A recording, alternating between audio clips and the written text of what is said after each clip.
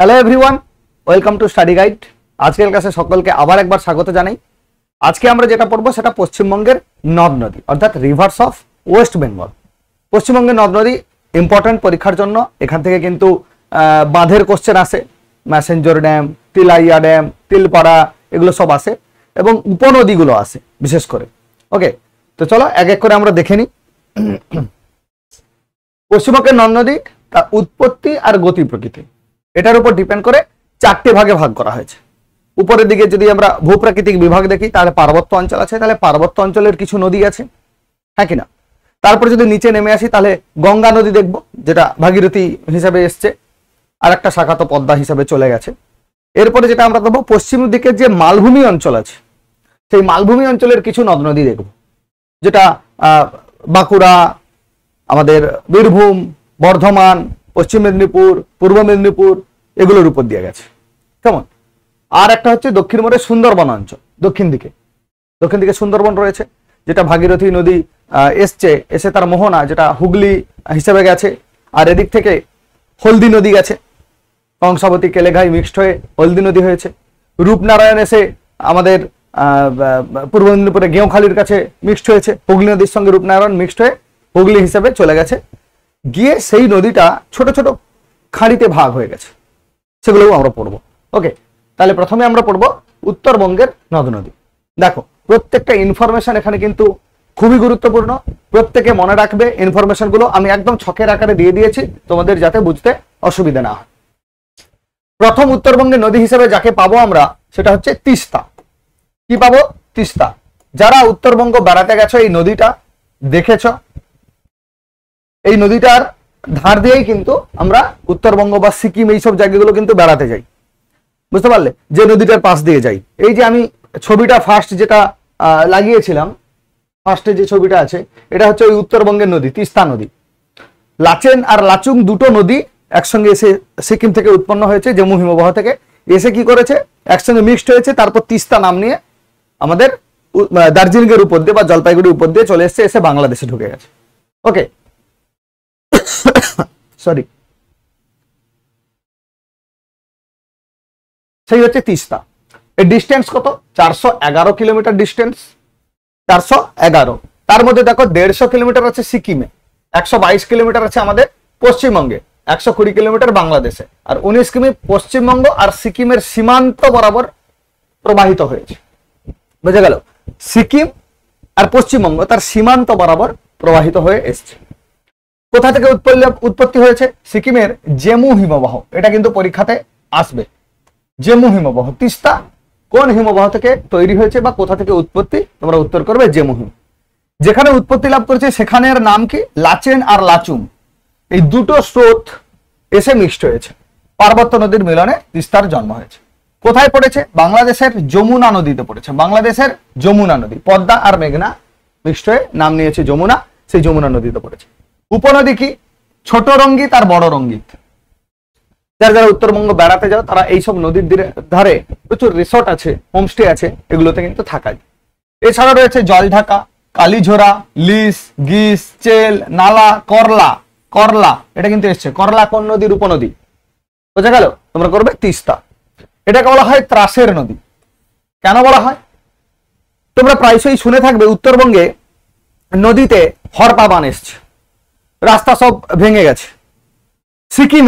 সিকিমে এর আগের বছর যে বিরাট বড় একটা দুর্যোগপূর্ণ পরিবেশ পরিস্থিতি তৈরি হয়েছিল, পুরোটা ফ্লাডেড এরিয়া হয়ে গেছিল। সিকিম এই যে রাজ্যটা বেসিক্যালি পর্যটন শিল্পের উপরে কিন্তু দাঁড়িয়ে, পুরোটা অর্থনীতিটা। তাই তিস্তা নদীতে হরপা বান যদি চলে আসে তাহলে রিসোর্ট গুলো সব ভেঙে জলে ডুবে একাচার কাণ্ড হয়ে যায়, যেটা এখন উত্তরাখণ্ডে হয়েছে। মর্মান্তিক এক পরিস্থিতি তৈরি হয়েছে। সেই হিসেবে একে বলা হচ্ছে ত্রাসের নদী পশ্চিমবঙ্গের ক্ষেত্রে, বা আমরা তিস্তা নদীকে ত্রাসের নদী বলছি। পশ্চিমবঙ্গের তৃতীয় বৃহত্তম নদী, সব থেকে বড় নদী গঙ্গা। তারপরে যদি আমরা দেখি বৃহত্তম হিসেবে দামোদরকে পাবো, তৃতীয় হিসেবে পাবো আমাদের তিস্তা নদীকে। এরপর যেটা আছে মহানন্দা। এই মহানন্দা কোথা থেকে গেছে? উত্তর দিনাজপুরের যে চোপড়া অঞ্চল, যেটা এর আগের ক্লাসে আমরা পড়েছিলাম, সব থেকে সংকীর্ণতম অঞ্চল, যেটা জিওগ্রাফিক্যালি খুব ইম্পর্টেন্ট, স্ট্র্যাটেজিক্যালি খুব ইম্পর্টেন্ট, সেটার উপর দিয়ে এসছে। সেই জন্য আমরা চোপড়া অঞ্চলটাকে বলেছিলাম মহানন্দা করিডোর, যেটাকে আরো একটা নামে আমরা পড়েছিলাম চিকেন স্নেক, 9 কিলোমিটার প্রশস্ত। এটা হচ্ছে উত্তরবঙ্গের দীর্ঘতম নদী মহানন্দা। দার্জিলিং জেলার মহলদিরাম, এই মহলদিরাম জায়গাটাতেও অনেকে বেড়াতে যায়, মনোরম ন্যাচারাল বিউটি রয়েছে। পাগলাঝোড়া নামক প্রস্রবণ থেকে উৎপন্ন হয়েছে। বাংলাদেশের পদ্মা নদীতে পড়েছে। গুলমাখোলা, ডাউক, মেচি, বালাসন এগুলো হচ্ছে আমাদের মহানন্দার উপনদী। ঠিক আছে, মহানন্দার উপনদী। এখানে কি অবস্থিত? মহানন্দা অভয়ারণ্য অবস্থিত এই নদীর তীরে। এরপরে যেটা পাবো জলঢাকা।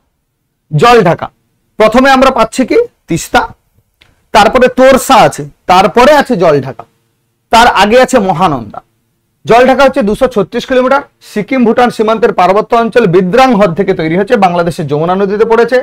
ধরলা, গিধারি, দোলং, ডায়না, মূর্তি এগুলো হচ্ছে আমাদের জলঢাকার উপনদী। গরুমারা অভয়ারণ্য কোথায় অবস্থিত যদি বলা হয়, তোমরা উত্তর করবে আমাদের জলঢাকা নদীর পাশে অবস্থিত, বা গরুমারা অভয়ারণ্যের উপর দিয়ে যে নদীটা প্রবাহিত হয়েছে সেটা হচ্ছে জলঢাকা। তারপরে আছে তিস্তা, পশ্চিমবঙ্গে 99 কিলোমিটার, 358 কিলোমিটার টোটাল ডিস্টেন্স। পশ্চিমবঙ্গে রয়েছে 99 কিলোমিটার।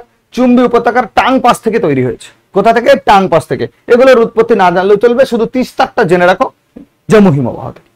লাইফ লাইন, সিকিমের লাইফ লাইন বলা হচ্ছে এই তিস্তা নদীকে, তাই ওইটা কিন্তু ইম্পর্টেন্ট মনে রাখবে। বাংলাদেশের যমুনা নদীতে পড়েছে। মালেঙ্গি, বেলা, সুনজাই এগুলো হচ্ছে উপনদী। দুটি শাখা, একটা তোরসা, একটা চরো তোরসা, মনে রাখবে প্রত্যেকটা। এরপর রয়েছে কালজানি, কালজানি রিভার, ভুটানের পার্বত্য অঞ্চল থেকে তৈরি হয়েছে। বাংলাদেশের সংকোশ নদীতে গিয়ে ব্রহ্মপুত্রে পড়েছে। গদাধর, চেকো, নেনাই এগুলো হচ্ছে কালজানির উপনদী। আলিপুরদুয়ারের কাছে আলাইকুড়ি ও ডিমা নদীর মিলিত ধারা এটা। কেমন? রায়ডাক রয়েছে ভুটানের আকংফু পর্বত থেকে উৎপন্ন, বাংলাদেশের পদ্মা নদীতে পড়েছে। উপনদী দ্বীপ আর মহানন্দা অভয়ারণ্য এর পাশে রয়েছে, রায়ডাকের পাশে। মেচি হচ্ছে নেপালের মহাভারত লেক থেকে উৎপন্ন হয়েছে, বিহারের মহানন্দা নদীতে পড়েছে। ভারত ও নেপালের মধ্য দিয়ে প্রবাহিত হয়ে একটা আন্তঃসীমান্ত নদী, ভারত আর নেপালের বর্ডার দিয়ে প্রবাহিত হয়েছে মেচি নদী। Balason total distance 50 kilometre. Jorpokhri, Sukhia Pokhri এইসব জায়গাগুলো অবস্থিত। এই জোড়পোখরি, সুখিয়া পোখরি এগুলো পর্যটন কেন্দ্র, এখানেও মানুষ বেড়াতে যায়। মহানন্দার সঙ্গে মিশেছে রাংবাং ডান তীরের উপনদী, রিংচিং টং খোলা বাম দিকের উপনদী। এগুলো পারলে মনে রেখো, না পারলে ছেড়ে দাও, কোনো অসুবিধা নেই। দক্ষিণ পারে জোড়পোখরি বন্যপ্রাণী অভয়ারণ্য। জোড়পোখরি বন্যপ্রাণী অভয়ারণ্য কোথায় অবস্থিত? আমাদের বালাসন নদীর তীরে অবস্থিত। নেক্সট দেখো সংকোষ বা গদাধর, বা আমরা বলছি সুবর্ণকোষ। সংকোষ, গদাধর বা সুবর্ণকোষ উত্তর ভুটানে পরমালা। এটা ইম্পর্টেন্ট মনে রাখবে, তার কারণ হচ্ছে এটা ভারতবর্ষের পূর্ব দিকে একেবারে, ভারতবর্ষ না, পশ্চিমবঙ্গের পূর্ব দিকে একেবারে অবস্থিত, যেটা আসামের সঙ্গে বর্ডার লাইন করেছে। 2 নম্বর রায়ডাক কালচানির সঙ্গে মিলিত হয়ে সংকোষের মিলিত জলধারা ব্রহ্মপুত্রতে পড়েছে। উত্তরবঙ্গের পূর্বতম নদী, এই ইনফরমেশনটা ভাইটাল, উত্তরবঙ্গের পূর্বতম নদী। এর পশ্চিম তীরকে পশ্চিমবঙ্গ ও আসামের সীমা রেখে ধরা হয়। তাহলে পূর্ব দিকে সর্বশেষ নদী কি? সংকোষ বা গদাধর বা সুবর্ণকোষ বলা হচ্ছে। আর দুটো নদীর কথা আমরা জানবো। বর্তমানে এগুলো শুকিয়ে গেছে তিস্তা নদীর গতিপথের পরিবর্তনের কারণে। পুনর্ভবা, আত্রেয়ী এই নদীগুলো কি হয়েছে? শুকিয়ে গেছে। বাংলাদেশের দিনাজপুরের ব্রাহ্মণপুকুর নামে এক জলাভূমি থেকে উৎপন্ন হয়েছে। দক্ষিণ দিনাজপুর হয়ে মালদা জেলার পূর্ব দিক হয়ে প্রবাহিত হয়ে বাংলাদেশে গিয়ে মহানন্দার সঙ্গে মিশেছে। দরকার নেই এই অংশটা। পুনর্ভবার তীরে বানগড় এবং দেবকোট ঐতিহাসিক স্থান। আত্রেয়ী শিলিগুড়ির বৈকুণ্ঠপুর ফরেস্টের কাছে জোড়াপানি নদী থেকে উৎপন্ন হয়েছে। বালুরঘাট শহরের পাশ দিয়ে বাংলাদেশের পদ্মার এক শাখা নদী বড়ালের সঙ্গে মিশেছে। তাহলে বালুরঘাট কার পাশে অবস্থিত? আত্রেয়ী নদীর পাশে অবস্থিত। এর তীরেই বালুরঘাট রয়েছে। তাহলে এখানটা ইম্পর্টেন্ট, বালুরঘাট কোন নদীর তীরে অবস্থিত? তোমরা উত্তর করবে আত্রেয়ী। এরপর রয়েছে গঙ্গা। উত্তরবঙ্গে যদি আমরা মুর্শিদাবাদের উপর দেখি, মালদার নিচের অংশ দেখি, সেটা হচ্ছে সরি 2525 কিলোমিটার গঙ্গার টোটাল ডিস্টেন্স। পশ্চিমবঙ্গের দীর্ঘতম নদী, পশ্চিমবঙ্গের উপর দিয়ে প্রবাহিত হয়েছে। উত্তরাখণ্ডে তৈরি, উত্তরাখণ্ড থেকে হয়ে উত্তরপ্রদেশ হয়ে বিহার হয়ে আমাদের ঝাড়খণ্ড হয়ে পশ্চিমবঙ্গে প্রবেশ করেছে। দুটো শাখায় মিলিত হয়েছে, দুটো শাখা নদী তৈরি হয়েছে, একটা পদ্মা একটা ভাগীরথী। সেই ভাগীরথী অংশটা পশ্চিমবঙ্গের দীর্ঘতম নদী। গঙ্গোত্রী হিমবাহ থেকে উৎপত্তি। মুর্শিদাবাদের কাছ থেকে মুর্শিদাবাদ থেকে হুগলি পর্যন্ত ভাগীরথী এবং হুগলি থেকে মোহনা পর্যন্ত হুগলি নদী নামে পরিচিত। হুগলি নদী, যেটা পূর্ব মেদিনীপুরের কাছে বা গেঁওখালির কাছে এসে রূপনারায়ণের সঙ্গে মিষ্ট হয়েছে, হুগলি নদী। দামোদর, রূপনারায়ণ, ময়ূরাক্ষী, কংসাবতী, অজয়, পাগলা এগুলো হচ্ছে সব এই হুগলি নদীর উপনদী। ইছামতি বা গঙ্গা নদীর উপনদী। ইছামতি, চূর্ণী, মাথাভাঙা, জলঙ্গি এগুলো শাখা নদী। কেন? কারণ আমি বললাম তোমাদেরকে যে সুন্দরবন এলাকাতে এসে নদীটা ছোট ছোট ছোট ছোট আরো কিছু কিছু জলধারায় ভাগ হয়ে গেছে। সেই জলধারাগুলোকে আমরা কি বলছি? শাখা নদী। কারণ নদী যখন ভাগ হয়ে যাচ্ছে তখন আমরা বলছি শাখা নদী, কিন্তু অন্য কোথাও থেকে উৎপন্ন হয়ে নদী যখন এসে মিক্সড হচ্ছে তখন আমরা তাকে বলছি উপনদী। তাহলে এখানে কি রয়েছে? ইছামতি আছে, চূর্ণী আছে, মাথাভাঙা আছে আর জলঙ্গি আছে। এগুলো প্রত্যেকটাই গঙ্গার শাখা নদী, উপনদী নয়, শাখা নদী, মানে গঙ্গা বিভক্ত হয়ে তৈরি করেছে। এরপরে আমরা দেখব পশ্চিমবঙ্গের মালভূমি অঞ্চলের নদ নদী। মালভূমি অঞ্চলে কি কি নদ নদী রয়েছে? তার মধ্যে সব থেকে বড় যেটা আমাদের গুরুত্বপূর্ণ সেটা হচ্ছে দামোদর। তোমরা স্টার মার্ক করে রেখো।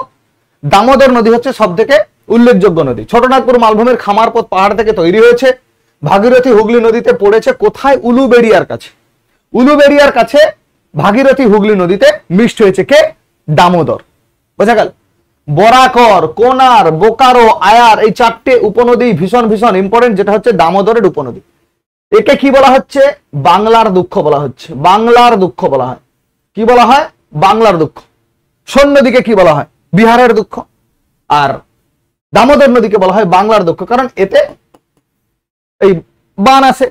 বান আসার ফলে কি হয়? ঘরবাড়ি নষ্ট হয়, ফ্লাড হয়, এইরকম পরিবেশ পরিস্থিতি তৈরি হয় বলে একে বলা হচ্ছে বাংলার দুঃখ।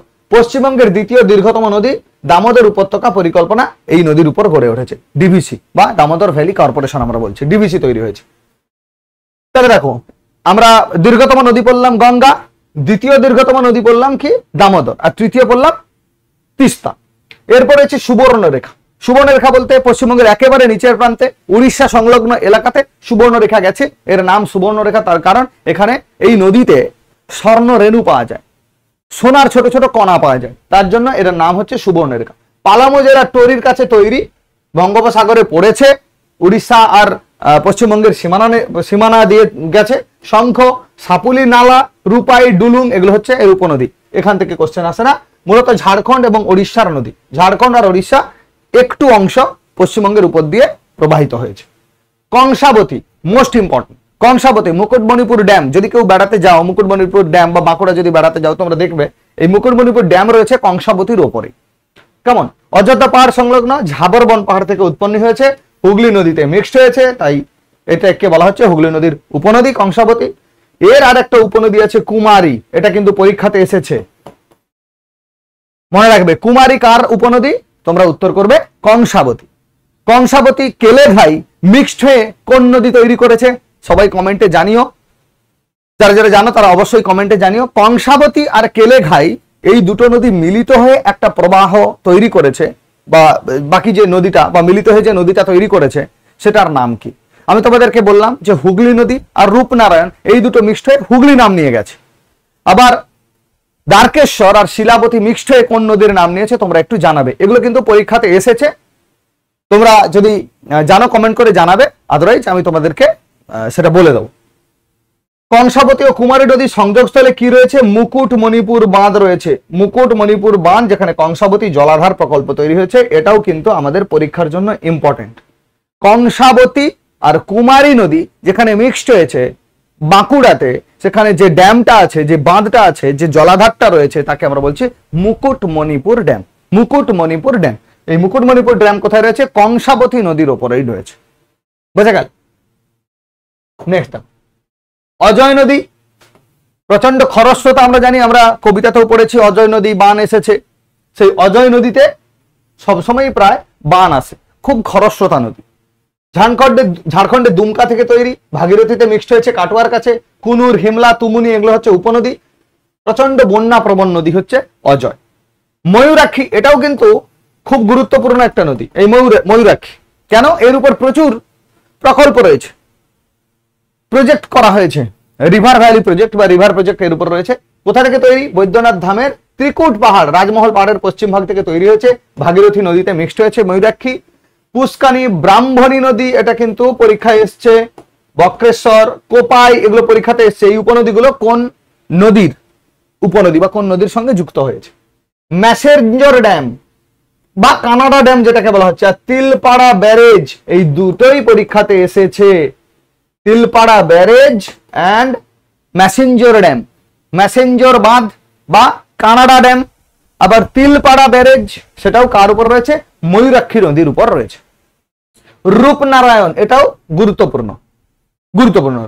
পশ্চিমের মালভূমি অঞ্চল বা তিলবি পাহাড় থেকে তৈরি, হুগলি নদীতে পড়েছে। কোথায়? গেঁওখালির কাছে, পূর্ব মেদিনীপুরের একটা জায়গা গেঁওখালি, সেখানে পড়েছে।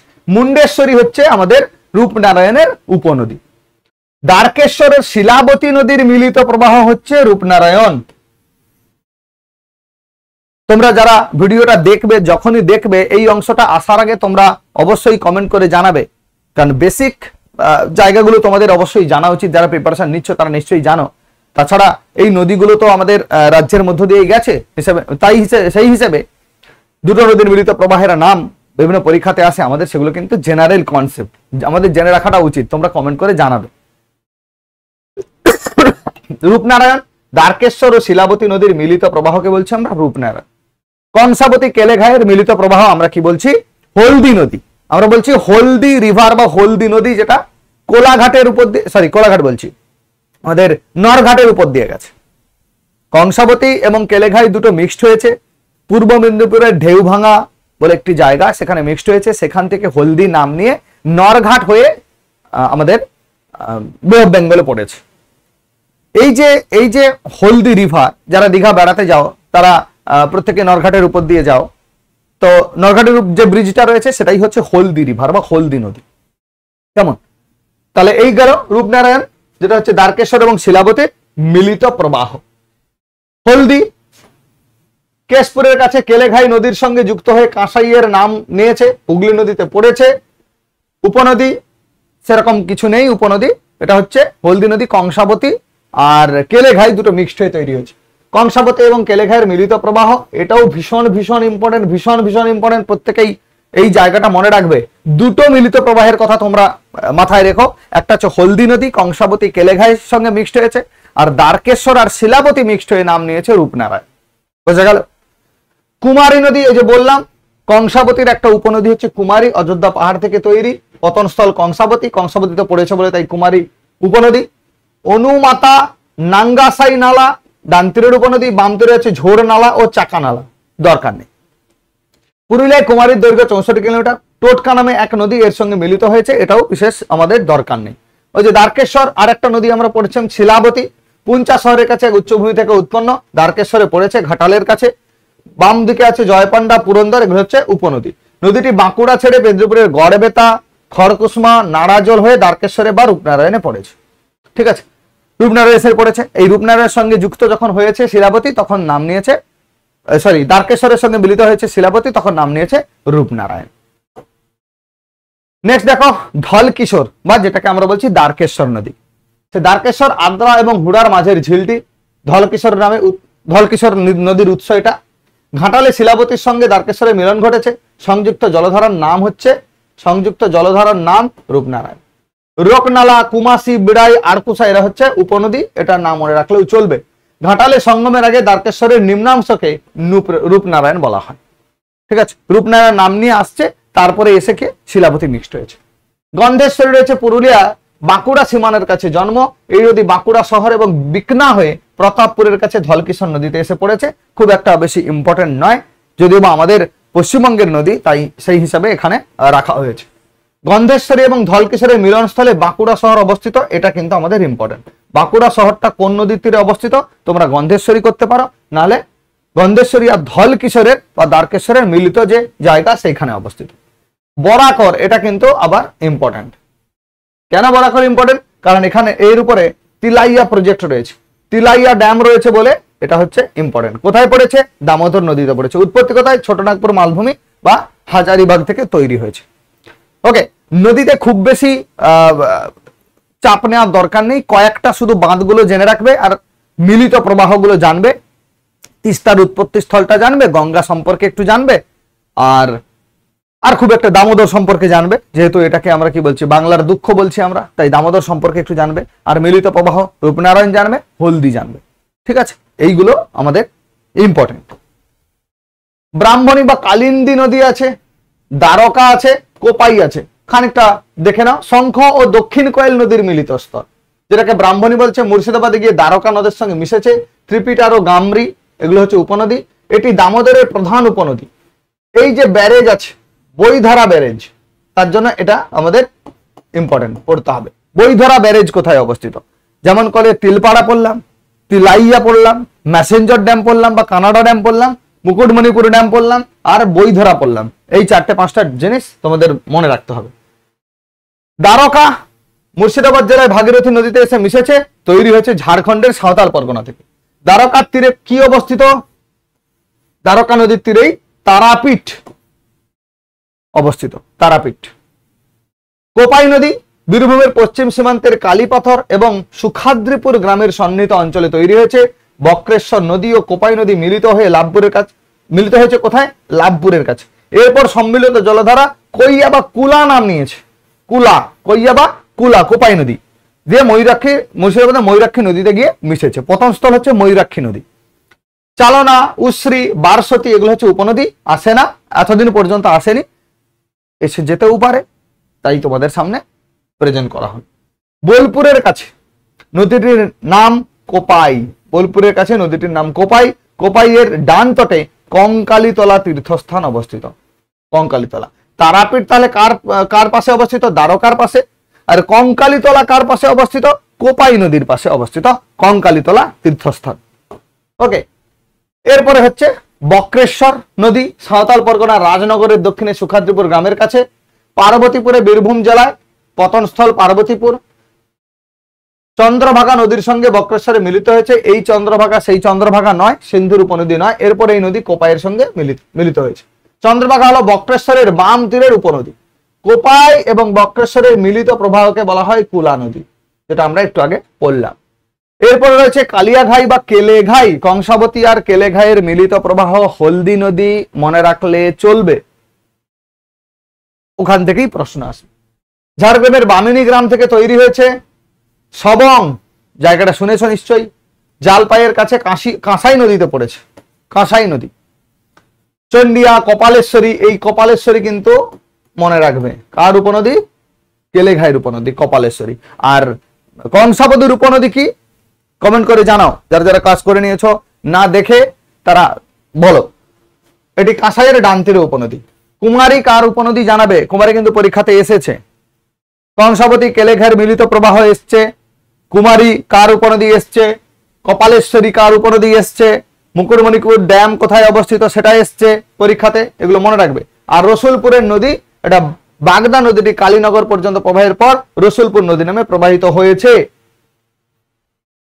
কপালকুণ্ডলা উপন্যাসে এই রসুলপুর নদীর কথা উল্লেখ আছে। কপালকুণ্ডলা উপন্যাস কে লিখেছে তোমরা জানিও।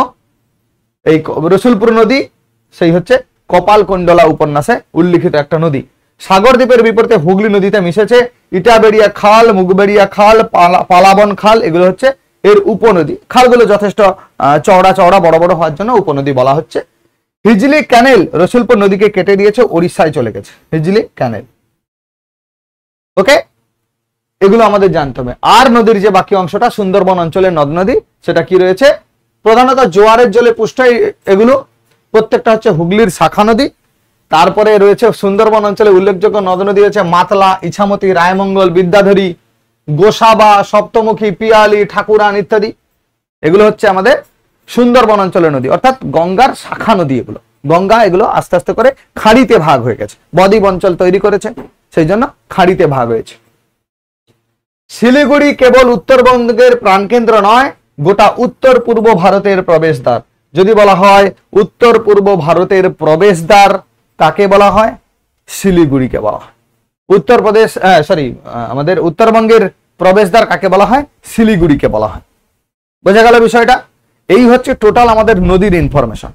আমরা একটু রিকল করব, কারণ এই জায়গাটা ছোট হলেও কি হবে, আমাদের কাছে কিন্তু মনে রাখাটা একটু চাপ। দেখো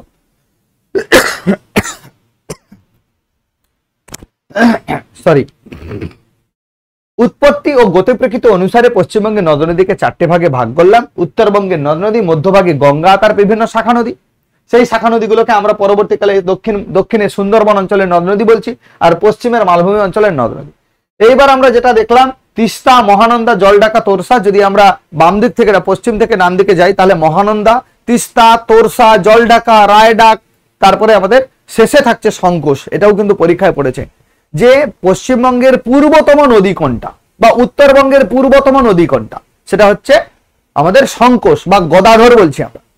শঙ্কোষ বা সুবর্ণকোষ বা গদাধর বলছি আমরা। সেটা কি করছে, আসামের সঙ্গে পশ্চিমবঙ্গের যে বর্ডার রয়েছে, আন্তঃরাজ্য বর্ডার যে রয়েছে, এই নদীটাকেই ধরা হয়। এই নদীটার যে পশ্চিম তীর অর্থাৎ পশ্চিমবঙ্গের দিকের অংশটা, সেই পর্যন্ত হচ্ছে পশ্চিমবঙ্গ, আর আসামটা নদী পেরিয়ে এ পাশ পর্যন্ত। বোঝা গেল?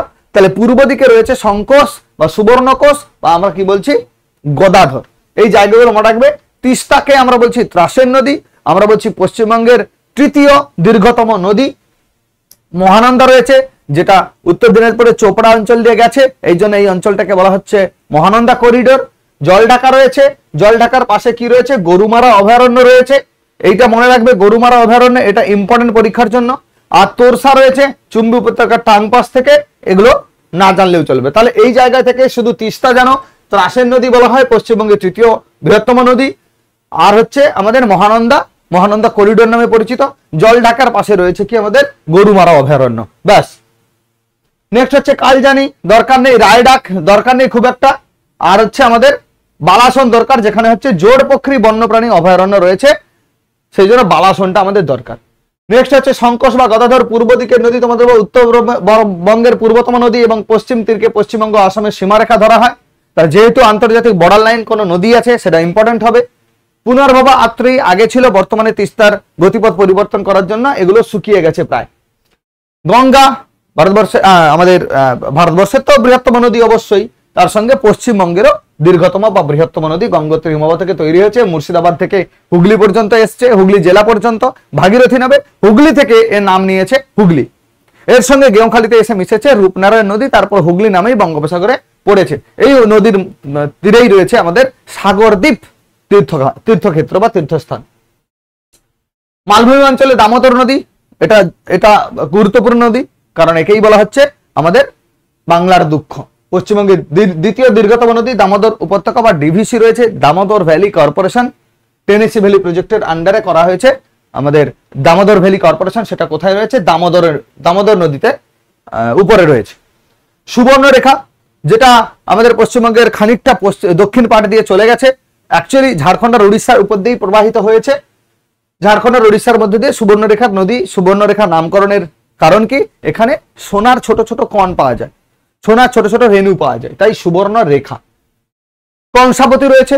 কংসাবতী কেন ইম্পর্টেন্ট, কারণ এর উপরে মুকুটমণিপুর ড্যাম রয়েছে কংসাবতীর উপরে। কংসাবতীর সঙ্গে কেলেঘাই এসে মিক্সড হয়ে হলদি নদী নিয়েছে। এই কংসাবতীর আরেকটা উপনদী রয়েছে যেটাকে আমরা বলছি কুমারী। সেই কুমারী নদী আর কংসাবতী যেখানে মিলিত হয়েছে, সেই জায়গাতেই রয়েছে মুকুটমণিপুর ড্যাম। বাঁকুড়া বাড়াতে গেলে তোমরা এই ড্যামটা দেখবে, অসাধারণ সুন্দর লাগবে। বোঝা গেল? এই পর্যন্ত মুকুটমণিপুর ড্যাম রয়েছে। এরপরে দেখছি অজয় নদী, সব থেকে বন্যাপ্রবণ নদী যদি কোনো হয় সেটা হচ্ছে আমাদের অজয় নদী। ময়ূরাক্ষী খুব খুব খুব ইম্পর্টেন্ট, তার কারণ এখানে রয়েছে ম্যাসেঞ্জার ড্যাম বা কানাডা ড্যাম, আর তিলপাড়া ব্যারেজ রয়েছে ময়ূরাক্ষীর উপর। রূপনারায়ণ, এটা হচ্ছে যেহেতু মিলিত প্রবাহ তাই ইম্পর্টেন্ট। দ্বারকেশ্বর আর শিলাবতীর মিলিত প্রবাহ হচ্ছে রূপনারায়ণ। বোঝা গেল? দ্বারকেশ্বর এবং শিলাবতীর মিলিত প্রবাহ হচ্ছে রূপনারায়ণ। হলদি নদী কাকে বলা হচ্ছে, কংসাবতী এবং কেলেঘাই নদীর মিলিত প্রবাহকে হলদি নদী বলছি। কুমারী সেই নদী যেটা হচ্ছে কংসাবতীর উপনদী, যার তীরে কি অবস্থিত, মুকুটমণিপুর ড্যাম। শিলাবতী রয়েছে, শিলাবতী আর দ্বারকেশ্বর মিলিত হয়ে রূপনারায়ণ নিয়েছে, আলাদা করে শিলাবতী দরকার নেই। ধলকিশোর, যেটার আরেক নাম দ্বারকেশ্বর, আমরা বললাম শুধু দ্বারকেশ্বর আর শিলাবতী এই দুটোর ক্ষেত্রে একটা জিনিসই পড়ো, দ্বারকেশ্বর, শিলাবতী, রূপনারায়ণ, তিনটে নদীকে একটা ইনফরমেশনের জন্য পড়বো, সেটা হচ্ছে দ্বারকেশ্বর আর শিলাবতী মিলিত হয়ে রূপনারায়ণ তৈরি করেছে। That's it. এর বাইরে পড়ার এখানে কোনো দরকার নেই। বরাকর ইম্পর্টেন্ট। বরাকর ইম্পর্টেন্ট কেন, তিলাইয়া ড্যাম রয়েছে, যে এগুলো পরীক্ষাতে এসেছে। বরাকর নদীর উপরে তিলাইয়া ড্যাম অবস্থিত। ময়ূরাক্ষীর উপরে তিলপাড়া, দেখো কনফিউশন হলে কিন্তু চলবে না। একটা হচ্ছে তিলপাড়া ব্যারেজ, সেটা হচ্ছে ময়ূরাক্ষীর উপরে অবস্থিত। আর একটা তিলাইয়া ড্যাম, তিলাইয়া বাঁধ, সেটা কোথায়? বরাকর নদীর উপরে। তিলপাড়া আর ম্যাসেঞ্জর কোথায় অবস্থিত? ময়ূরাক্ষীর উপরে। ঠিক আছে, নেক্সট হচ্ছে ব্রাহ্মণী বা কালিন্দী, দরকার নেই খুব একটা। দ্বারকা দরকার নেই, দ্বারকা একটু জানা দরকার আছে, তার কারণ হচ্ছে দ্বারকার তীরে তারাপীঠ অবস্থিত বলে। কোপাই নদী খুব একটা বেশি আমাদের দরকার নেই, কঙ্কালীতলা তীর্থস্থান আসেনি এখনো পর্যন্ত, দিলেও দিতে পারে। যদি মনে করে যে না পরীক্ষার্থীদেরকে একটু সমস্যায় ফেলবো, বিড়ম্বনায় ফেলবো, তাহলে হয়তো কোশ্চেন দিতে পারে, নাহলে কোশ্চেন সেরকম এই জায়গা থেকে আসে না। যেগুলো বললাম কয়েকটা নদী বিষয়ক 5 থেকে 7টা 10টা ইনফরমেশন রাখলেই তার মধ্যে থেকেই কোশ্চেন আসবে। বক্রেশ্বর ছেড়ে দাও, কেলেঘাই এটা একটু দেখে রাখবে, কারণ এর মিলিত প্রবাহ যেহেতু আমরা বলছি হলদি নদী, তাই এটা ইম্পর্টেন্ট। রসুলপুর কপালকুণ্ডলা উপন্যাসে উল্লেখ রয়েছে। আর এটা কোথায় অবস্থিত? এটা হচ্ছে পূর্ব মেদিনীপুর জেলায় অবস্থিত রসুলপুরের নদী। ওকে, সুন্দরবন অঞ্চলের নদীগুলো আমরা দেখলাম, এগুলোতে থেকে বিশেষ কিছু আসে না, তোমরা শুধু জেনে রাখো মাতলা, ইছামতি, রায়মঙ্গল, বিদ্যাধরী, গোসাবা, ক্যানিং ট্যানিং, যারা দক্ষিণ 24 পরগনা বা উত্তর 24 পরগনার বাসিন্দা তাদের এই নদীর নামগুলো একেবারেই মুখস্থ, বাড়ির পাশে পাশে আসে। তো এই গেছে আমাদের টোটাল নদী রিলেটেড ইনফরমেশন। ঠিক আছে, তো এগুলোই পড়লে কিন্তু তোমাদের নদী কমপ্লিট হয়ে যাবে। কেমন? তা আজকে নদীর ক্লাসটাই কমপ্লিট করে দিচ্ছি। নেক্সট ক্লাসে আমরা পড়বো মৃত্তিকা, পড়বো জলবায়ু, পড়বো আর কৃষিটা একসঙ্গে দেখে নেব। কেমন? পশ্চিমবঙ্গের এই জিনিসগুলো কিন্তু ইম্পর্টেন্ট, ছোট ছোট করে হলেও আমাদেরকে জানতে হবে। ওকে, তাহলে আজকে এখানে শেষ করছি। নেক্সট ক্লাসে আবার তোমাদের সঙ্গে দেখা হচ্ছে, সেখানে আমরা পড়বো পশ্চিমবঙ্গের মৃত্তিকা, জলবায়ু আর তার সঙ্গে কৃষি, এই 3টে অংশকে নিয়ে আমরা পড়বো, যেটা কেবলমাত্র পরীক্ষার জন্য ইম্পর্টেন্ট। সবাই ভালো থাকবে, টাটা।